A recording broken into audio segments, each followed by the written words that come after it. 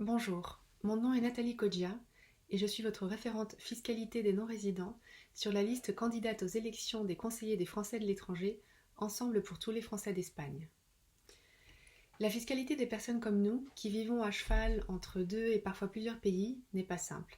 C'est pourquoi, avec mon colistier Francis Huss, nous souhaiterions vous orienter en la matière. Aujourd'hui, pour notre première pilule fiscale, nous allons voir dans quel cas vous devez déclarer vos revenus aux autorités fiscales françaises.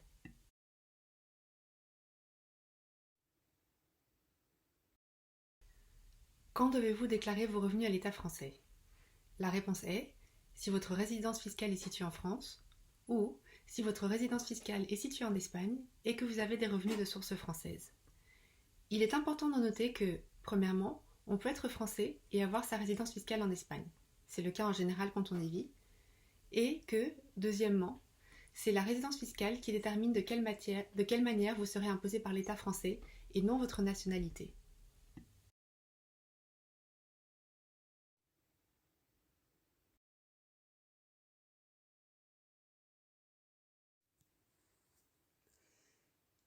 Comment est déterminée la résidence fiscale entre la France et l'Espagne? Votre résidence fiscale sera là où vous disposez d'un foyer d'habitation permanent. Si vous disposez d'un foyer d'habitation permanent dans les deux États, alors ce sera là où est situé le centre de vos intérêts vitaux, c'est-à-dire l'État avec lequel vos liens personnels et économiques sont les plus étroits. Là où vous avez votre poste de travail ou la majorité de votre patrimoine par exemple.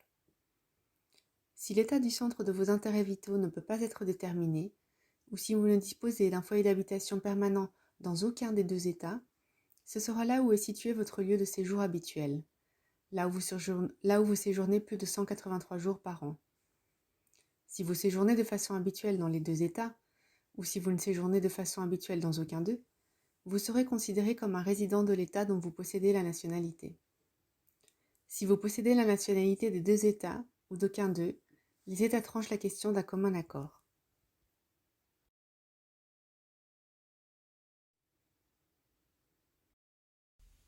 Je vous rappelle que c'est votre résidence fiscale et la source de vos revenus qui détermine comment vous serez imposé par l'État français et non votre nationalité. Si vous êtes résident fiscal espagnol, vous devrez déclarer à l'État français vos revenus de source française seulement. N'hésitez pas à aller visiter la partie internationale du site impôts.gouv.fr ou de faire appel à un conseil fiscal pour plus de détails. Voilà, c'est tout pour aujourd'hui.